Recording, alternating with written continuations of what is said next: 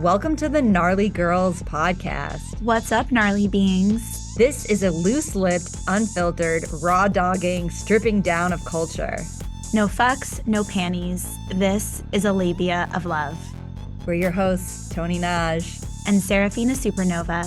And this is Gnarly Girls. What's up, Sarah? This is Grape culture. Wait, I always say that. Gnarly Girls. What's up, Tony? Did you know that we have a podcast called Gnarly Girls?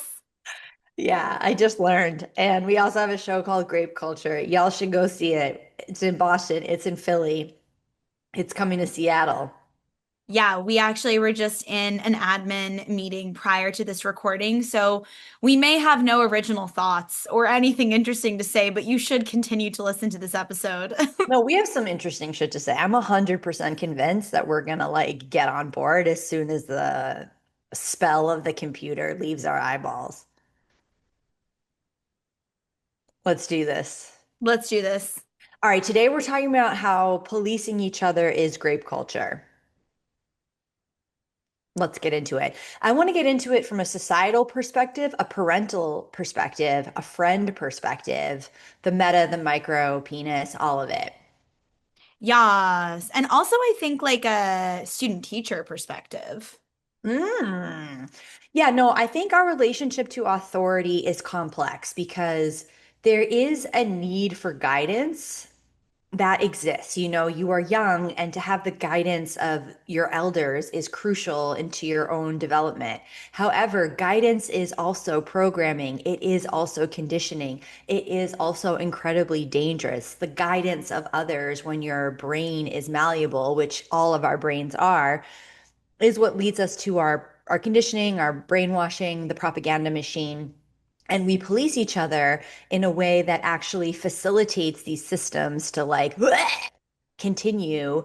And also, um, it like gives us this way of feeling a part of something, even if what we're a part of is completely problematic, like ICE, for instance, or the police force, or any of these institutions, the military. People always talk about the brotherhood, the community, the connection. When you are policing others, you are very close to your fellow policing people. It is the policing that binds you, actually.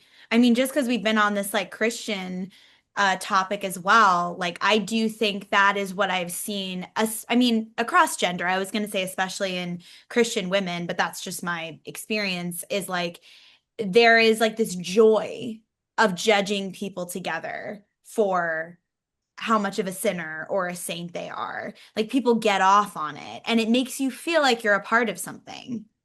It also makes you feel superior. Yeah. I think policing is a big part of hierarchy because when you're policing another person, you feel superior to them. It's like the classic kind of hall monitor archetype where that person gets a little bit of power, a little bit of authority, and then they're the biggest fucking tool because they're like, what are you doing in the hall? You're not supposed to do that. And I think a lot of people have a really deep relationship to rules, and they like rely on rules in order to create structure in their lives, and they want rules because rules make them feel safe, rules make them feel contained. And something about like lawlessness or rulelessness is like very unsettling to people. And I feel like unclear on exactly where I stand with this, because on the one hand we do need rules and laws to tell men, hey, don't marry children.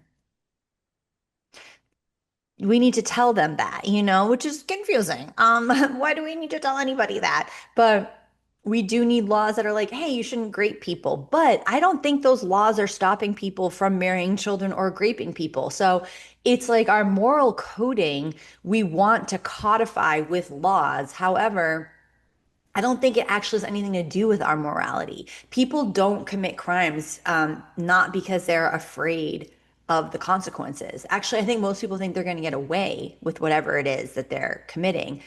People don't commit crimes because it brushes up against their moral compass. Could you bring us into the history of policing, how it started with the slave state, how like the police in general are inherently racist, and then maybe we can connect that to the way that just like civilians police each other. Well, let's start with laws. So if we go back to ancient Greece, which one tends to do, let's go back to Yeah, ancient. you're like, let's talk about ancient Greece. I'm like, let's talk about Christianity, and we just ping pong in every episode. Well, I mean, because a lot of our current ecosystem of our quote unquote democratic state is based off of ancient Greece. And as we all know, the influence of Mesopotamia and Egypt and other cultures is obviously imprinted on the ancient Greeks. However, it is important for us to recognize not only the patriarchy, but also the classism that is embedded in our democracy that dates back to ancient Greece. But when I think about the laws, I think about the plays, the Oresteia, which is a three-part trilogy. So the Agamemnon is part of that. And I know a lot of people know the story of the Oedipus concept, or, where it's like, you fuck your mother and then you kill your dad. You're like, I didn't even know what? I didn't even know I wanted to do that. Who knew I wanted to fuck my mom and kill my dad, which is like basically the root of a lot of Freud's psychological understanding. But the Oresteia is this three-part play. And as we all know, or as I have talked about before on this podcast and my other podcast, um, the plays in ancient Greece were basically the media because we didn't have a populace of people that could read, and it was also an oratory culture, right? Everything was like through oration and memorization and speaking to one another. So the plays were their propaganda machine, it was their media.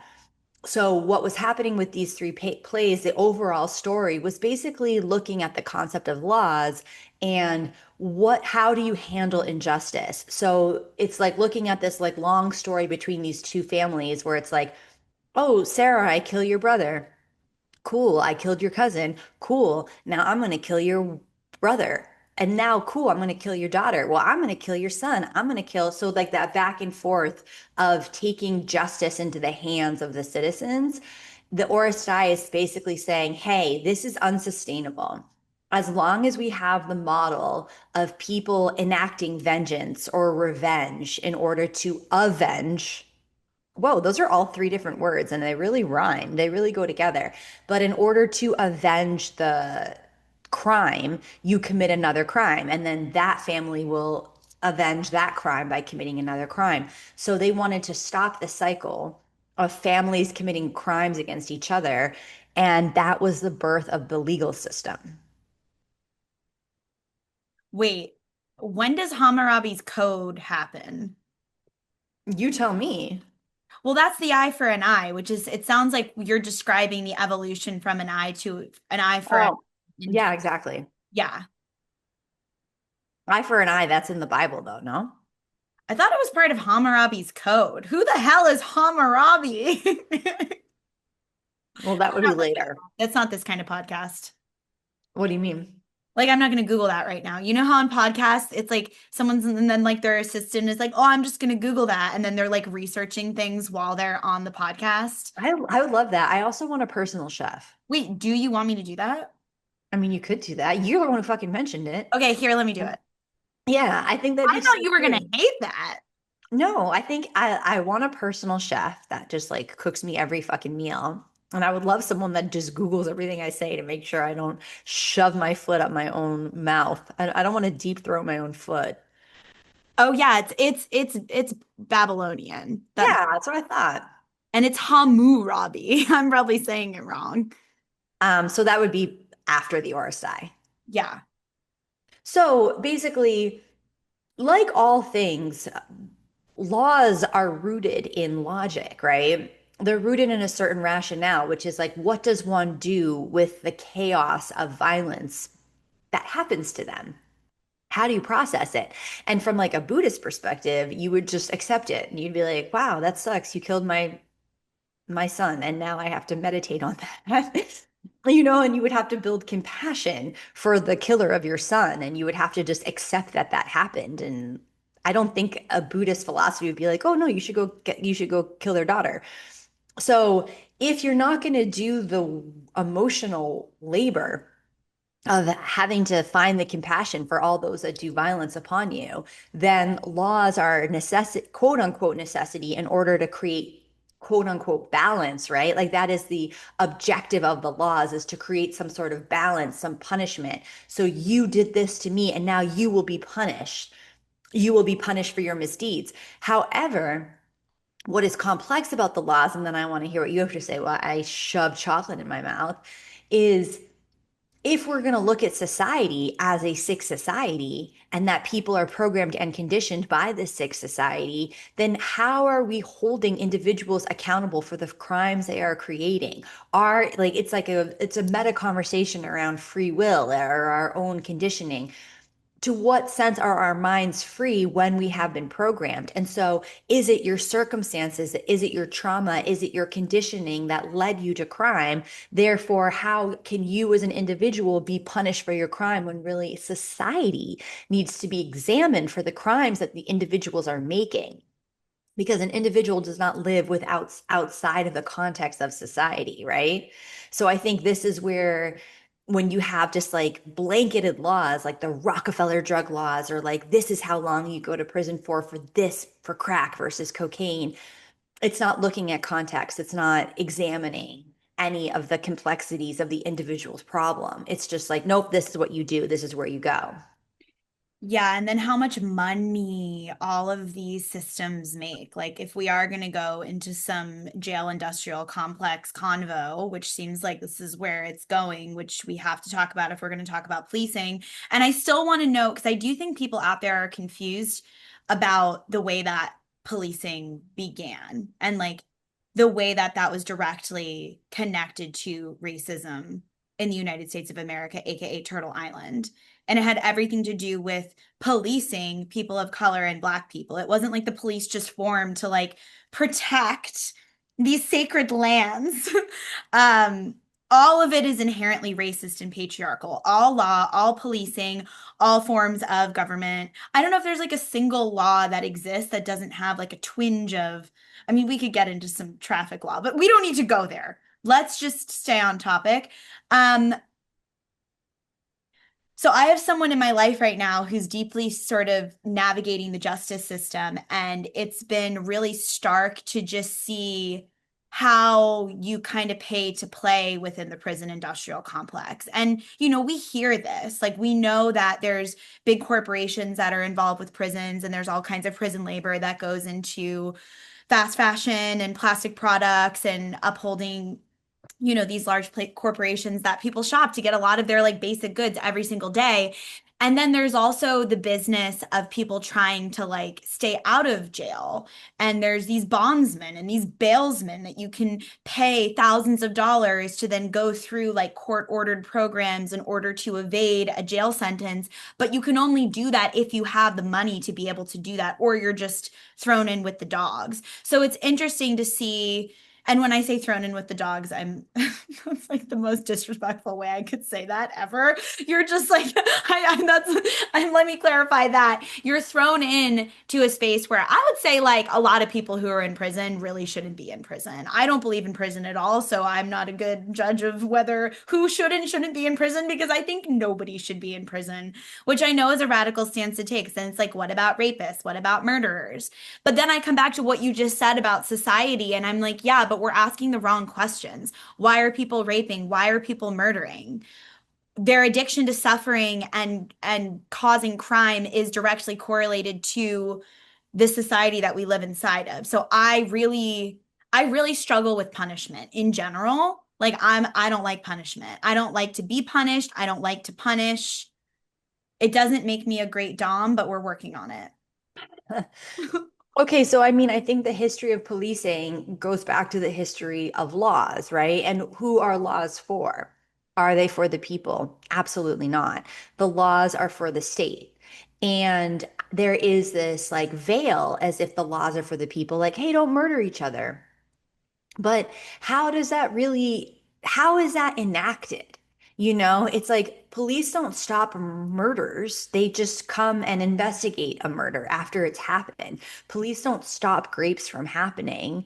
They tell you you probably should have worn something different and send you on your way. I mean, the police system isn't about stopping crime. It's very rare that like a crime will be stopped before it happens, right? It's just about like, oh, this crime happened and now what's the bureaucracy behind how we deal with the crime? And most of the police work when it comes to intimidation, when it comes to um, like how it's used as a tool of white supremacy, like what does that mean? So I got into like a huge argument with someone online where I had posted a guy who had been attacked by these policemen, and he was like, how could this be and I mentioned something about white supremacy and racism in a story, and he was like, well, one of the cops was black, so how could this have anything to do with white supremacy and race? And I'm like, it. So there is this like disconnect when people don't understand that the system of policing is upholding the state, which is a white supremacist agenda, and that it doesn't matter what race a person is. You can be Hispanic, you can be black, you can be Asian. You are still upholding white supremacy as being a part of the police force. Does that mean that every single police person is an asshole? No, it does not mean that because there is a mythology around policing. And especially, I think what's interesting right now is the current danger that we put ourselves in, where like now police are, it used to be like respectable, right? Like little kids would be like, I want to be a policeman when I grow up. And people like looked up to that as a career. That's not culturally the case right now. So you're really getting a very specific archetype of people who are now interested in policing. It's not the same as it was when before the illusion was broken. Like, even though there's always been corruption within the police system, and that is because, dun dun dun, dun, they live above the law, right? If you're going to be policing the law, you live above the law. And that is the corruption of the police, is that the laws don't actually apply to them.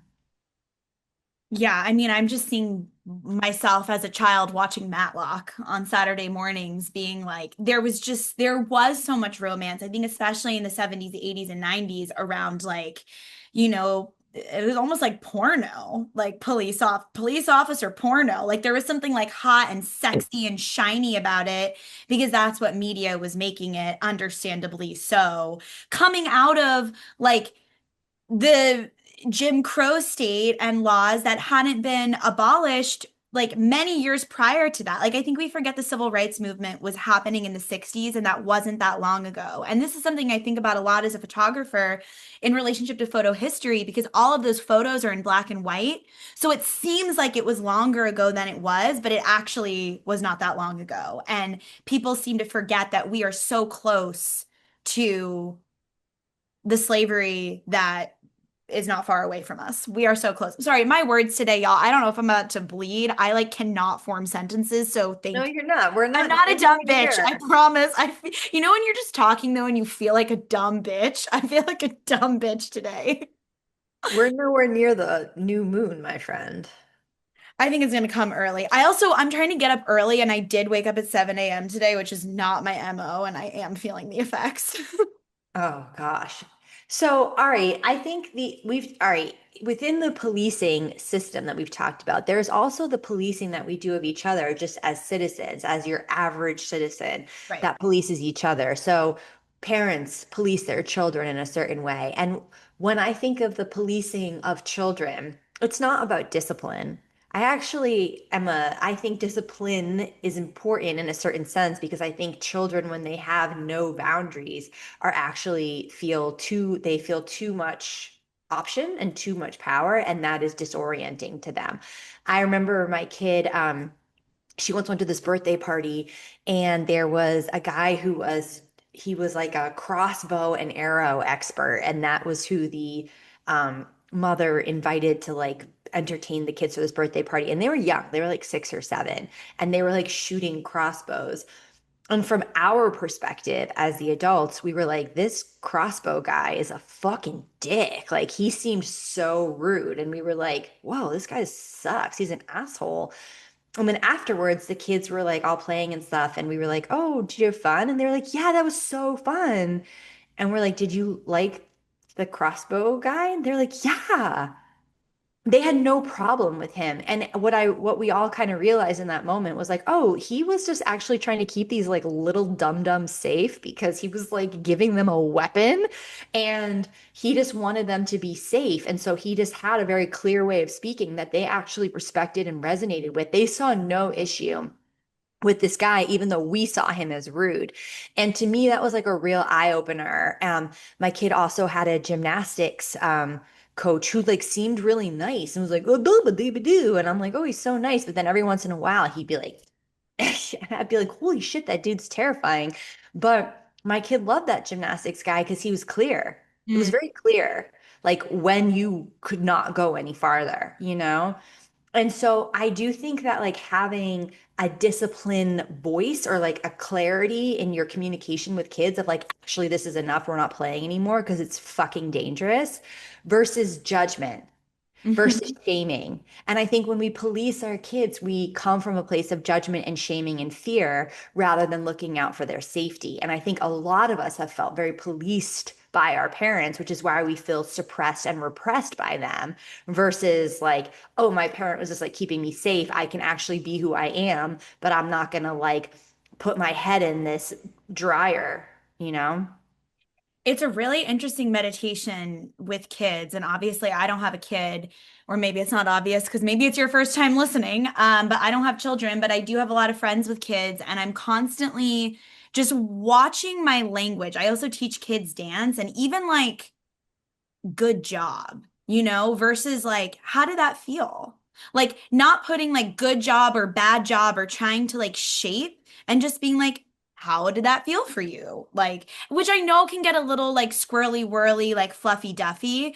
And so it is interesting to like kind of be in a space when we're talking about like container holders, like adults holding containers for kids, where you're like respecting their autonomy and like their free expression, and you're not putting like the cultural programming and conditioning on them versus like, okay, here are the guidelines, which is maybe better than like rules or laws to like make sure that we can have a good time. It's like what you say about creativity, like boundaries and constraints are actually like a cesspool of magic for creativity because you have to create within this boundary. Wait, I have to tell you a story about the good job thing. So, when I had a toddler, I remember being told this concept of like, you don't want to tell your kid good job because then they're gonna come up with the concept of bad job. And so you really want to, again, like focus on like, you're doing it. Wow, look at you. Try this thing. That's so amazing. Your efforts or whatever, whatever. So I, for years, like never said good job, always was doing that. And then one day she was like 4 or something. And we put up a basketball hoop at my house. And I used to play basketball. And I hadn't played in like a while. So I like got the ball in my hand and I was like, "Shh." And I was killing it, you know. I was just like sinking threes. I was like doing layups. I was having the best time showing off for my kid how good I was at basketball. And she kept being like, look at you, mom, you're trying. Wow, what effort. And I was like, shut the fuck up. I'm doing, bitch. This is good shit. Mm. This is fucking good. And like, if you're not clear, this is what good at basketball looks like, okay? And I was just like laughing so hard at myself how like unsatisfying it felt when she was just like modeling back to me this like psychological construct of like nice effort. And I was like, go fuck yourself. But I still think that is good parenting, but like, boy, was it annoying. That is really funny. And I I mean, was offended. it's hard because like you could get praise. Like I definitely got praise as a kid for doing a good job around things that adults considered were good, but was actually me being policed and like shoved into a box to perform in the way that they wanted me to perform. So that is Mhm. really interesting. I mean, it makes me want to ask, especially with policing each other being grape culture, people policing each other being grape culture. How have you been policed? how do you feel like it connects to grape culture? Tell us about you. Okay, thanks for keeping us on task. So when we say the word grape culture all the time, right? And so what is it that we mean? I think we have to keep kind of reminding everybody, redefining it. Grape culture is this concept of domination without consent, right? It is about creating a populace, creating a programming, creating a consciousness around power and around control, where a person is like not only passive, but just like things are happening upon them that they are not agreeing to. Okay. So, and when I think of how being policed is without consent and is a part of grape culture, it's a part of the social control of keeping people in line with the status quo, right? So it's like when I think of um, the social media platforms that I'm on and how often I'm censored, how often I'm told, oh, you can't post that, how often I'm like now in Instagram jail for over a year because of a post I made about Johnson and Johnson being a fucking horrible company that poisons children and poisons babies. And they were like, they gave me a false accusation, and that's why I cannot go live on Instagram. So the media and social media really does police us. And then, of course, we're reporting each other. I've had many videos that go against someone's ideology or their dogma, and then they report my video, and then I have to like go and appeal the report and be, and so there is this policing, especially that we do around information. And then there's this concept of misinformation, disinformation. And what does that mean in a culture where all accepted information, whether that's science, whether that's medicine, whether that's politics, whether that's news, is actually a function of supporting the status quo? No news outlet is going to actually publish things that are going to threaten the status quo because the corporations own all the news outlets. So we're seeing this like huge rise around the confusion of information, and obviously even that is manipulative, right? Because then you can't trust anything. First you couldn't trust the news, but now you can't trust the not news, and we're just always in this vortex of confusion around what the quote unquote truth is. And when we're ripped from any quote unquote universal truth, that's also very disorienting. So for me personally, I think that I was also really experiencing being policed by teachers when I was in high school around being like, I think they thought I was sexual. I think they thought I was partying. I think they assumed I wasn't taking school seriously. There was a lot of what is the word, prejudices around me from my teachers that I was this kind of kid. I was a quote unquote bad kid that was fucking, that was going to parties, that was doing drugs. Was I doing all those things? Yeah, I was. Did that mean I didn't have a cognitive capacity to question the propaganda that was being fucking shoved in my mouth? I did have that capacity, and that was what was really irritating. I asked too many questions. I was too arrogant in my own intelligence. I did not believe the propaganda of history. I did not believe the propaganda of science that was being told because I thought it was so inherently sexist. And I didn't have the language or the internet or the support of an alternative way of thinking. So I was just seen as a troublemaker and to shut the fuck up. So inherently sexist. You cannot have grape culture without sexism and patriarchy. So any of this policing that has a root of sexism is grape culture. And like what I'm hearing from all what you were just saying is how you were a threat. And that is what I too relate to. I too was a threat.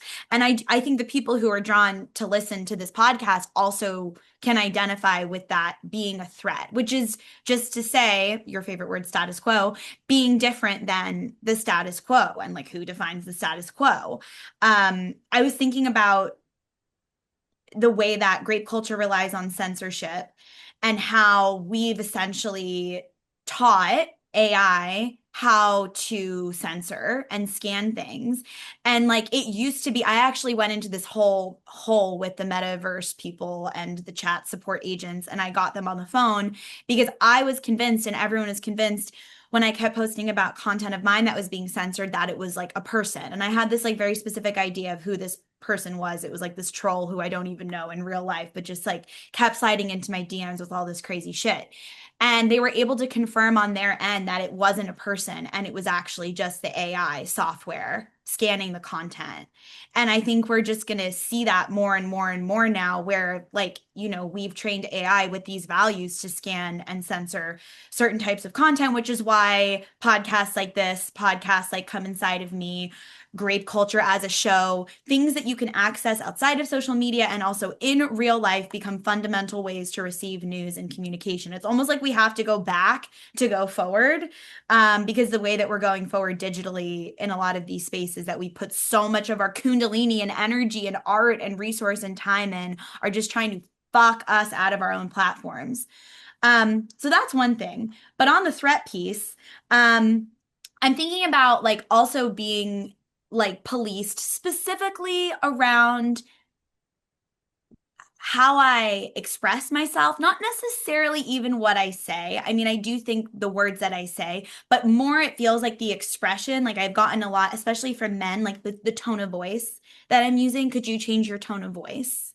Your tone of voice, your tone of voice, like how it's being said, like the texture of it, and then also like what I'm wearing and how I'm addressing my body. And this has come from men, but also from women. And I'm hearing like women being like, she can't do that because I can't do that because we can't do that because that is dangerous and therefore she is dangerous. She can't dress like that. She can't show up like that because I'm not doing that. So why should she do that? And then I'm not doing that because it's wrong to do that. And she shouldn't be doing that either. And because I'm not doing that, I have to make sure she's also not doing that because she's not going to do something that I am not able to do. Like it is this like circle jerk, I think, especially with the feminine. I mean, we know men do this to women. That's like, duh. Men are like, don't wear that, don't talk like that, change your tone of voice. But what really gets me is like women being underexpressed. So therefore, they want to censor other women because their expression isn't only a threat. It's like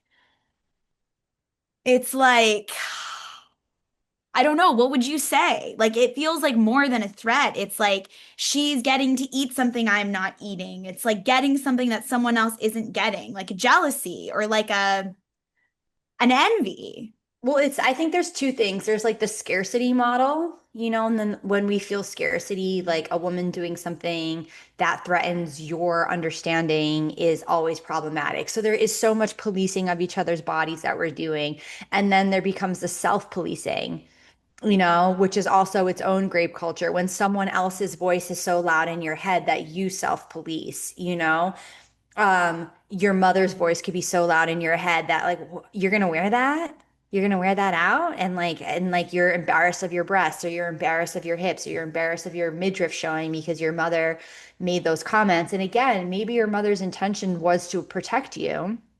It's not like when mothers are policing their daughters' bodies or their outfits, it's always it could be coming from a place of jealousy. You're beautiful, your body is beautiful, your body looks young, your body looks thin. My body doesn't look like that anymore. Therefore, cover your body up because it makes me jealous. That definitely exists with mothers and daughters. And then there's another kind of policing that's like coming from a place of total fear of like, I don't think you should be out in the world like that. So I'm going to police you in this way. But both of those are coming from a self orientation versus a societal orientation of like, hey, you look great. Your body looks amazing. And at the same time, society is sick. So just FYI, let's talk about how you are experiencing this when you go out in the world. Come back, let's discuss it. Like I think I don't think we want to gaslight our daughters to think like you could wear a G string and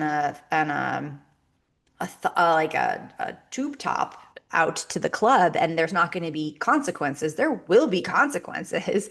However, those consequences have nothing to do with you and what you're doing. It has to do with society. So let's talk about the consequences you discovered and let's deconstruct it. That's the only way I know how to deal with like the very real fact that women are policed by their bodies and what they wear and how to like shift that. And that's why wearing things that are quote unquote radical is a radical act because it's putting in the face the fact that like I can wear whatever I want and I still don't deserve to be raped, sexually harassed, yada, yada, yada. My body is not sexual. My body is not inherently for your pleasure. My body is not a plaything for you. All that being said, I see how I self-police with my clothes all the time. I definitely do that because sometimes when I take my tits out to play and then people are like, "Oh, look at your tits." I'm like, "Ugh, this is why I don't take them out to play, dude." Right.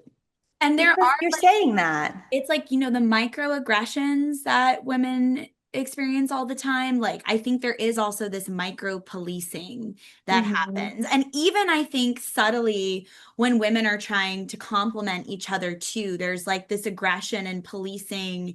And I think it's really insecurity.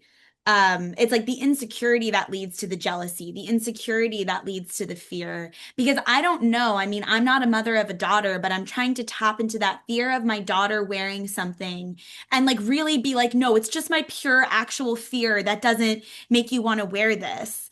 So underneath that fear, it feels like obviously there's not an understanding of like the impact of patriarchy truly, really.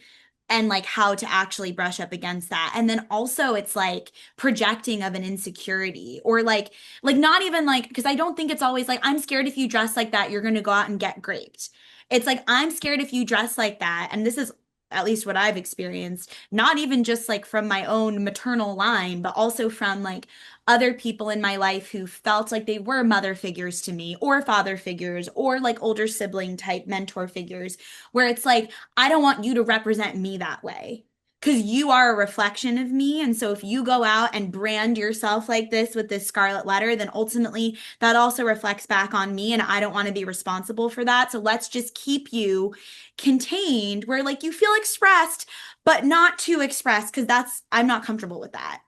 I got to be Yeah. able to keep you right here. And it's a control thing, right? Like ultimately, if grape culture relies on censorship, the other big C it also relies on is control. Yeah, I totally agree. And that you being a reflection of me means that I am objectifying you, I am dehumanizing you.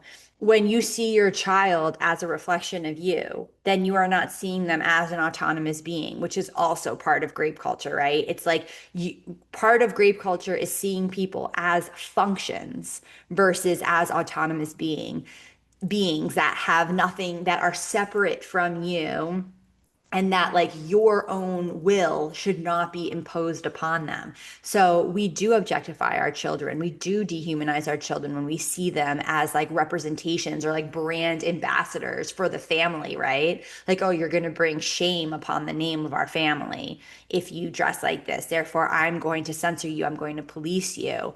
And when I think about something like ICE, and like the immigration and everything that was happening around that, that is the ultimate policing. That is the ultimate psychological testing of each other, where we are using nationalism as a motivation to police those that are in a vulnerable state, right? Because they can easily be deported and jailed, et cetera, et cetera.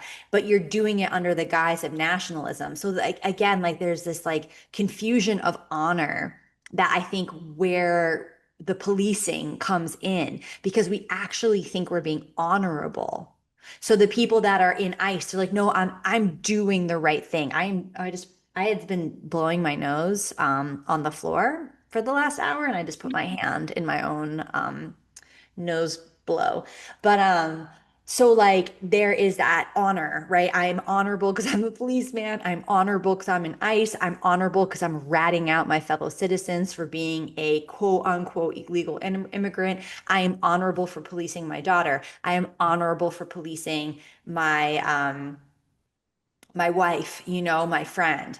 And that is why it's so pervasive because you can do the justification in your head that you're no, I'm following the law. Okay. No, I'm actually being a good citizen of the earth because this is the law. Shove my finger up your ass and then pay me 10 grand. Yes. I think that people really want to just be good. They want to be good. And if you're loyal to being good and you are defining good based on the Christian values of this country that are incredibly Jesus coded, because there is no separation of church and state, then your good is grape culture. And if you need someone else, because let's go into the realm of like policing thoughts and political ideas and thoughts about the world.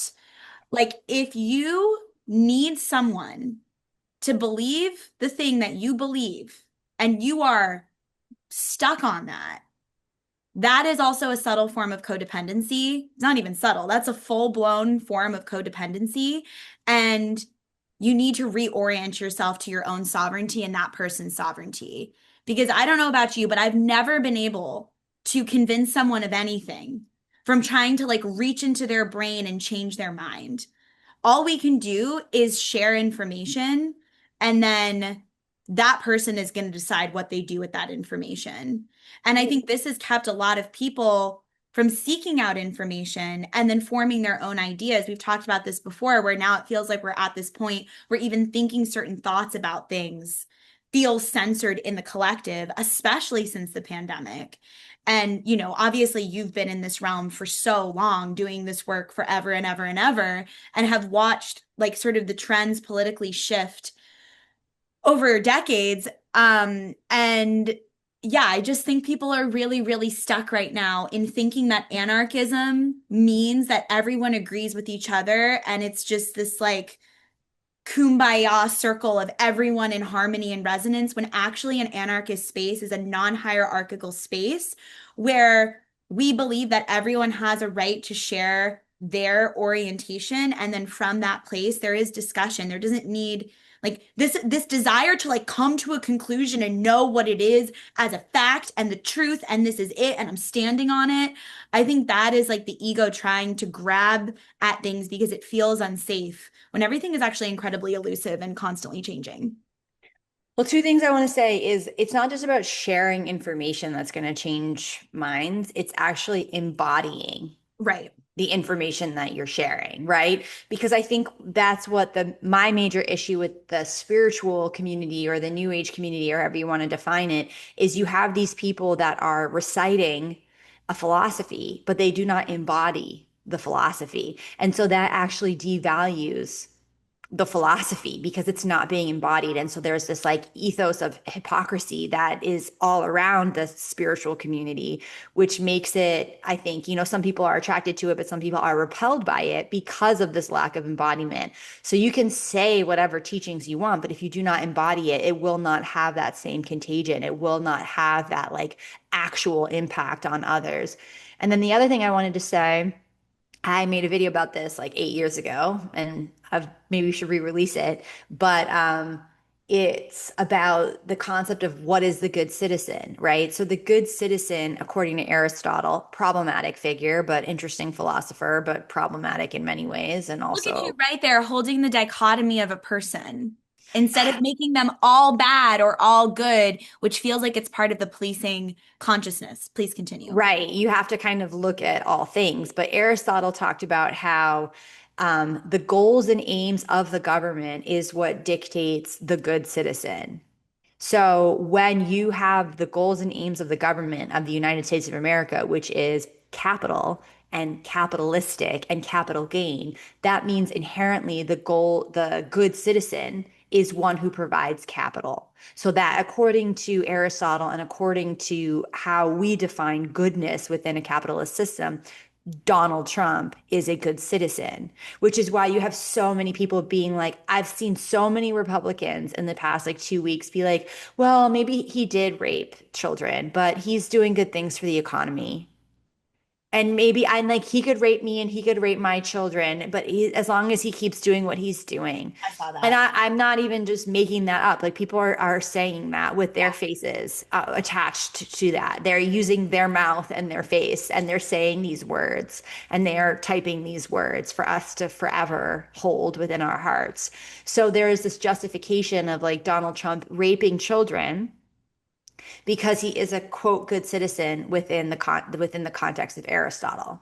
So that is why when we have a capitalist government, it is so dangerous because a good citizen is defined by that. Where if we had a sustainable government, I mean, I don't even know what that looks like, but like a genuine system, if we had a compassion government, that would be a very different good citizen. It's Gonna get interesting. into a birthing position for our last 5 minutes. It's interesting that one of the definitions of sovereignty is to be a self-governing state. And like, what does it look like for people to self-govern? I think we're like at least 100 years away from something like that. I don't know why even I'm choosing 100. It feels like it could be truly any number. But I did hear Sonia Renee Taylor, who is a woman of color. I think they're actually non-binary now, person of color, activist, philosopher, incredible teacher. They were actually talking about this a lot during the pandemic, that like we have to have an imagination that's bigger than this current moment. And it's actually white supremacy to get stuck in what's happening right now and not be able to imagine a future beyond what we have. And it's interesting because, like, I've also heard people be like, well, it's problematic to like dream into some kind of utopia because, that's inherently racist and doesn't take into account all these things. This is why I like Sonia Renee Taylor's work, because they are like very aware of the inherent racism within these systems. And also, they're still like, it is advantageous of us to continue dreaming in a better society and to like spend every waking moment of our lives doing that. Because if we're not doing that, then what the fuck are we doing?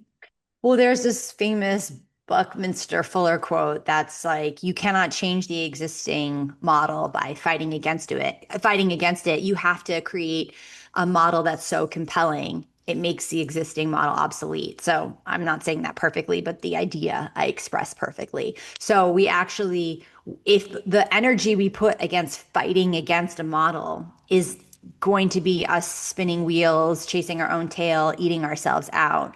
But if we actually envision and start to build a more compelling model, then everyone will turn their attention towards that. And the existing model will just become obsolete. It will become insignificant. And I think that is the most radical act, is to start building this other model, which is why like intentional communities or, like radical groupings of people who are coming together to reimagine how they structure and self-organize. Like this is why I'm always saying like we need to restructure society. We need to dismantle society. Like people are like, what are you fucking talking about? And I'm like, this is what the thing I've been saying. This is what I have been saying. And we can do it within our personal relationships. I mean, I'm just seeing the faces of people who I love and who are my friends who have said some pretty heinous shit to me, not even knowing it, about the way that I make my art and express myself. Like telling me it looks desperate, telling me they're worried about me, telling me just like all of these like micro policing, instead of microaggressions, I'm saying all this micro policing where people are not aware of their own inherited programming or bias. And again, it goes back to they think that they're keeping someone safe and protected from something when actually there's an attempt to censor that's probably more damaging than the person just going out and figuring out for themselves like what works for them and what doesn't. And I really do try to be this as like a friend, as a coach, actually not to brag, but to brag.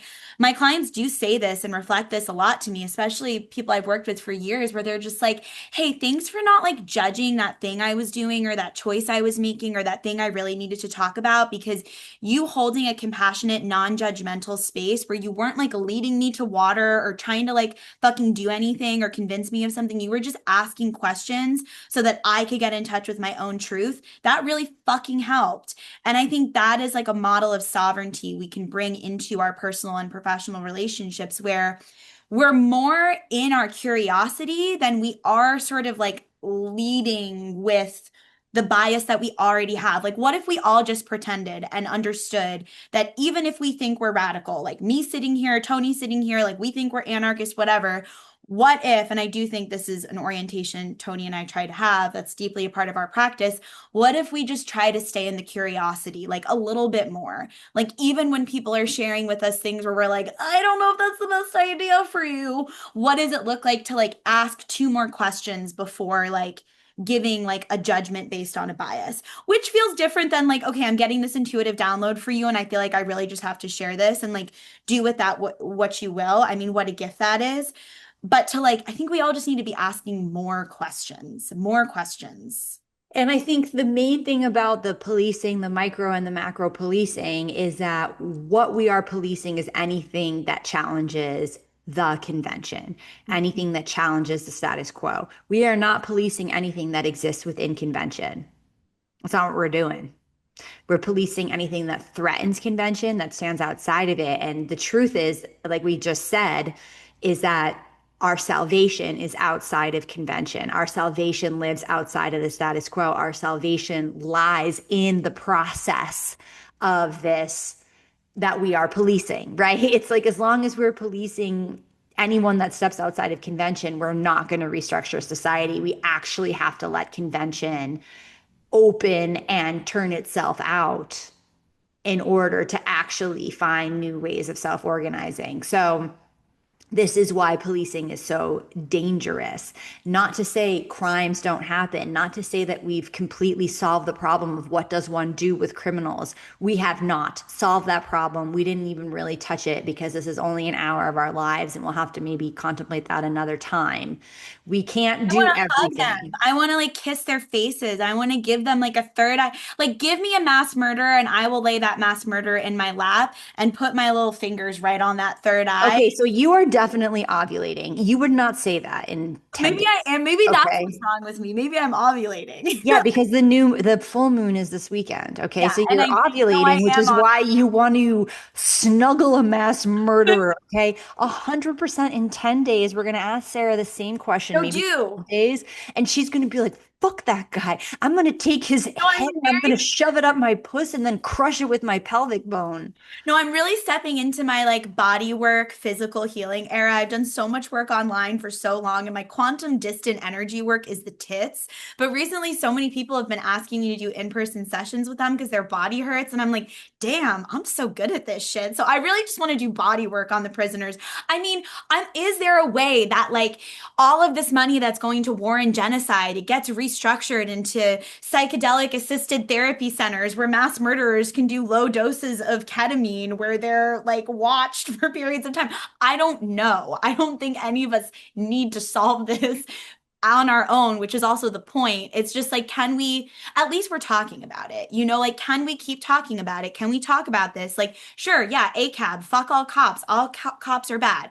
All cops are pigs. That's why we shouldn't be cops to each other. Fuck yes, fuck yes. But once we're done talking about that and we've all agreed on that, then like, what is the next thing that we're doing? And I wouldn't even say all cops are pigs. And I would say that all the system of policing is inherently flawed because the police live above the law. And I'm anyone just who lives above the law, like the politicians, like the billionaires, are going to be corrupted by that power because that is what power does. It corrupts. So if you have a legal system that you live above within that hierarchy, you will be corrupted by it because that is inherently the system. I know you got to go teach. The only cops that get an excuse in my book are lesbian cops. I do know a lot of hot gay cops, not a lot, but like a few in my area that have either showed up at my door with a legal thing for me or stopped me on the side of the road, or my neighbors or my friend's neighbor is a cop and she's super hot. So like all lesbian and gay female cops get my pass. Everyone else, you're bad. Wait, there was one more thing that I wanted to say. Oh, doesn't matter. I guess it doesn't because it's gone. And now I do have to go teach. I have to go teach and try not to be um, a preacher or a police while teaching. It's a daily meditation. Yeah, real talk. Thanks for Tell you coming, more, y'all. but there's another episode next week. Don't forget to share the podcast. Don't forget to story it. Don't forget to tell your friends. Don't forget to do a meditation where you masturbate to the podcast. Don't forget to do all the things. Join the Patreon. Follow the leads of the podcast, please. The other day I did a meditation because Tony was annoyed that I hadn't done sex magic for her for something. No, wait, excuse you. Excuse you. What happened was is that she did an amazing spell for someone. and sex magic was attached to the spell for another person. And I was like, oh, and she was like, oh my God, that spell worked so well. My spell work is like so good. And I was like, well, where's my fucking spell, bitch? And then I did it. And what I saw for Tony, and maybe you all can help me hold this vision for her, because I do think when more than one person comes together for a collective visualization, the Yeah. presence of the source and the creator and goddess is there. So I just like saw for Tony, we're really trying to like manifest an agent for Grape Culture, a producer for Grape Culture, but also an agent for Tony. Those people might be the same people, they might be different people. Tony needs an agent, period. So I was just like seeing, and she has this huge, wait, have you announced? No, you haven't announced the big show yet. She's going to announce the show. I'm not going to talk about it. We'll talk about this show that Tony has coming up on future episodes. So you'll have to tune back in. But I was like seeing this experience she has coming up. I was seeing her road ahead, and I was just like letting all of my orgasmic energy, like, you know how it wasn't just like a straight road, it was like a labyrinth of like spiraling roads forward. And I was seeing like the Kundalini energy, like as I was coming towards my orgasm and like as the energy was leaving me, just like blocking, removing all blocks and removing everything like in the roads, all these people, all these little like, they put stuff in the road to keep you from driving over. I was just knocking shit over with my orgasm. And so if you guys could just like do that for Tony Yeah, and you could also for just like Grape Culture. masturbate. Think of me, but not in the sexual way. Think about my work path Yeah, you and got to just think about the clearing work. all blockages for me. Thank you. Yeah. Yeah. I mean, I'll take some too. Well, Me first. Tony first. It's important for the elder to go first. Thank y'all. Thank you. You're elder. Let the elder go first. I have less time to live. Okay. Bye. Love Love you. you. Check the description for all the show stuff. Peace. Hey fam, Serafina Supernova here with a little addendum to this episode. And if you're watching on YouTube, this is my emotional support cheetah beanie baby that I got after a kink show that I did. It was really fun. I did my burlesque brat act and it brought the house down. So I'm holding my kinky, liberated little cheetah here to share something with you that I feel like will just add to this episode. So it's very vulnerable to share. You might be able to hear that my voice is a little shaky and a little nervous, and I just want to be careful and respectful and mindful about the way that I share about it. So I have a family member who's very near and dear to me who is currently going through court ordered mandated rehab. And this person is also technically a convicted felon and pleaded guilty to having drugs in South Carolina, which is a no tolerance state. And I was thinking about this a lot in relationship to the conversation that we were having about laws in this episode of the podcast. And I've actually spent the last like 4 hours emailing different advocacy and support groups on behalf of this person who is in this rehab facility that, again, is court ordered and mandated and is also a Christian rehab facility. Tell me why the United States federal government is funding a religious organization when there's supposed to be a separation of church and state. That makes no sense, but it does make sense because churches don't pay taxes. And there's all kinds of loopholes to uphold the oppressive Christian doctrine within this country. So it's important to note that the person who is in this rehab facility is also queer. And they have a no tolerance policy around queerness, gayness, um, and they don't outwardly do conversion therapy, but it's written on the walls, and it's evident that they are trying to get away with doing that by the ways that they're acting and behaving towards this person. So this person is being discriminated against. They're being bullied, phone affirmation on that, both by directors and counselors in the court ordered program and also by people in the program. So it's kind of like a full spectrum situation where um, this person's human rights are being violated. Yeah, that's what I want to say. And when it comes to laws, because y'all know I am an anarchist through and through, but again, I've just been thinking about this a lot this morning, reaching out to these advocacy groups and these different legal organizations, trying to identify what part of, human rights violation does this sort of discrimination fall under. And I was feeling gratitude for laws that are put in place to protect people, even though there's a bunch of fucktards who try to change those laws in order to affirm their um, entitled, moralistic point of view that they believe should be on top of everyone else. And the thing that really gets me about like Christians and conservatives is they're like, don't tell us what to do. Don't tell us what to do. But then like they're trying to tell everyone else what to do. Um, and I just find that so upsetting. Um, and so anyways, I've been in research all morning about like how can I protect this person, how can I advocate for them if this is a space that receives federal and state funding? There's certain things that they have to adhere to on a law level in order to not have that funding pulled.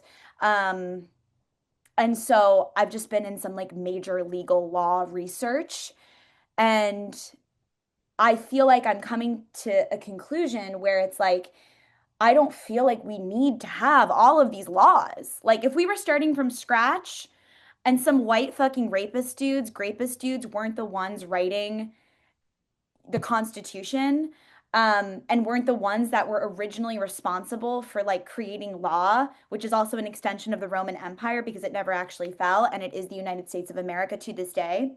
Like, if we weren't trying to reform laws that have already been put in place, I think we could approach law from a totally different POV. But since all of this has happened, and especially the United States of America, aka Turtle Island, has been founded by grapists and capitalists and genocide advocates and supporters and deniers. We have to be able to use the law in order to protect the vulnerable. And I feel like that's something I didn't advocate in the podcast episode originally, that I really just want to like make clear is my stance. We need laws to protect vulnerable individuals, not laws to protect Christian fucks and billionaires. Because right now it seems like most of the laws that we have protect Christian fucks and billionaires and rapists and grapists and yeah. So I'm grateful for these advocacy groups and these legal groups who I was able to reach out to this morning to be like, hey, please help me so I can help this person.